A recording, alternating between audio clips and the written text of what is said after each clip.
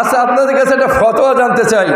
ধরেন একজনে ড্রাগনের বাগান করেছে, একজনে কুলবুরের বাগান করেছে, একজনে মাছের ঘের করেছে, একজনে পোলট্রি মুরগির ফার্ম করেছে, একজন গাভীর ফার্ম করেছে।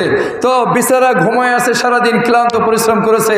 রাতের বেলা সংঘবদ্ধ ডাকাত সেজে 5-6 জন যুবক মিলে যদি সেই গাভীর গোয়াল থেকে 2টা গাভী চুরি করে খায়, এটা সব সব হবে না গুনাহ হবে? আগে বলে নেই, সব হবে না গুনাহ হবে? জোরে ফতোয়া দেন, সব হবে না গুনাহ হবে?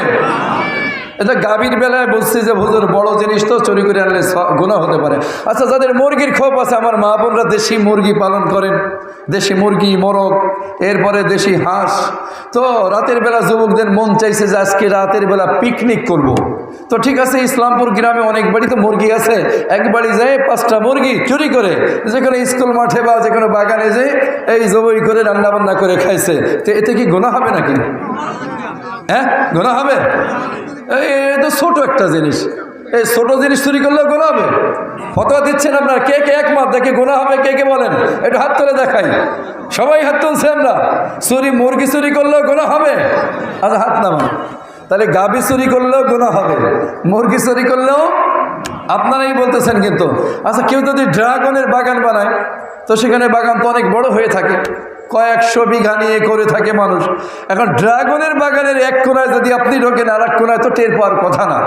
তা আস্তে করে যে যদি ওখান থেকে 5 কেজি ড্রাগন ছেড়ে এনে বাসায় হুজুরে নিয়ে, এই ইসলামপুরের মৌলানা আবদুল্লাহ সাহেব সহ, মাদ্রাসার মোহাম্মদ সাহেব সহ, পারলে মৌলানা তাজুল ইসলাম সাহেবরে ডেকে 3 হুজুরে এক জায়গায় করে 5 কেজি ড্রাগন চুরি করে যদি আপনারা 5 জন এই 3 হুজুরে নিয়ে খান, সব হবে না গুনাহ হবে?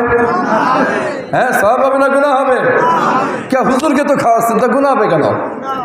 হ্যাঁ, হুজুরকে ডেকে এনে খাওয়াচ্ছেন, তো এ তো হুজুরকে খাওয়ালেও গুনাহ হবে।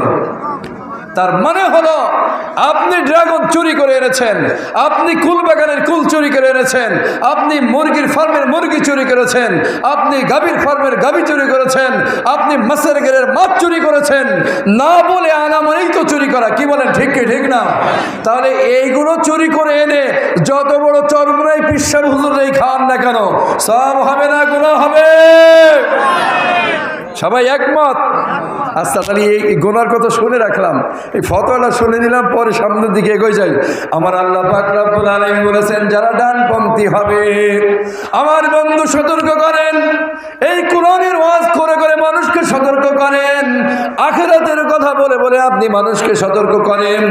এই নায়েবে নবীরা সতর্ক করতেছে, এরপরে যারা সতর্ক হবে না, যারা ডানপন্থী হবে না, আমার আল্লাহ পাক বলেছেন, যদি কেউ বামপন্থী হয়ে যায়,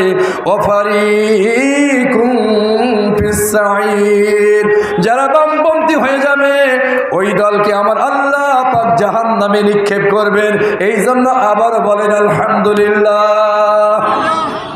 কেন বলাইছি বুঝছেন? এবার কষ্ট করে আপনি ড্রাগন বাগান বানালেন, আপনি কুলবনের বাগান বানালেন, আপনি পোলট্রি মুরগির ফার্ম, গাভীর ফার্ম, ডেইরি ফার্ম, আপনি মাছের ঘের দিলেন, আপনার টাকা, আপনার মাছের পোনা, আপনি শ্রম দিচ্ছেন, আপনার জমি আপনি লিজ নিলেন, আর রাতের বেলা সংঘবদ্ধ চক্র যায় আপনার 50,000 টাকা মাছ চুরি করে নিয়েছে। গাভী একটা নিলেই তো 2 লাখ টাকা নাই। কি বলেন, ঠিক না? আমার বাবাজিরা সতর্ক করছে ওলামায়ে কেরামরা, চুরি করা যাবে না। চুরি করলে সওয়াব হয় না, গুনাহ হয়। এটা ফতোয়া আপনারাই দিলেন। তাহলে এরপরেও যে চুরি করবে, অপরের সম্পদ লুণ্ঠন করবে, তারে যদি আল্লাহ তাআলা জাহান্নামে ফেলে, আমরা খুশি হব না বেজার হব? বলেন, এটা আসতে বলেন, শুনে ফেলতে পারে কেউ। খুশি হব না বেজার হব? এই দুনিয়াতে আমাদের কম জ্বালায় জ্বালাস নাই। আমার মুরগির খোপের দেশি মুরগি চুরি করেছিস, মাছের ঘেরে মাছ চুরি করেছিস, ড্রাগনের বাগানে ড্রাগন চুরি করেছিস, আমার গরুর খামারের গরু চুরি করেছিস। তুই ওই দিন আমার গায়ে শক্তি ছিল না, আমার গ্রামের লোকজনের জনবল ছিল না, আমাদের বাহুবল ছিল না, আমাদের হ্যায় হালোর পাওয়ার ছিল না। তো তোরা তো চুরি করে, জোর দখল করে, চুরি করে, ডাকাতি করে, ছিনতাই করে খেয়েছিস। আল্লাহ ওই অপরাধে যে জাহান্নামে নিক্ষেপ করে, আর আমরা যদি দেখতে পাই, তো আমরা খুশি হব না বেজার হব? আমার আল্লাহ পাক বলেন, ফারিকুম ফিস সাঈর। আল্লাহর আইন যারা লঙ্ঘন করে চলবে, আল্লাহ পাকের ফরজিয়াত ওয়াজিবাত, এই হুকুম যারা লঙ্ঘন করবে, আমার আল্লাহ পাক রব্বুল আলামিন বলেছেন, আমি কিয়ামতের দিবসে দুইটা দল বানাবো। ফারিকুম ফিল জান্নাহ, এক দলকে আমি জান্নাতে পৌঁছে দেবো, জান্নাতে প্রবেশ করাবো। ও ফারিকুম ফিস সাইর, আর অপর দলকে, আর এক দলকে আমি জাহান্নামে নিক্ষেপ করব।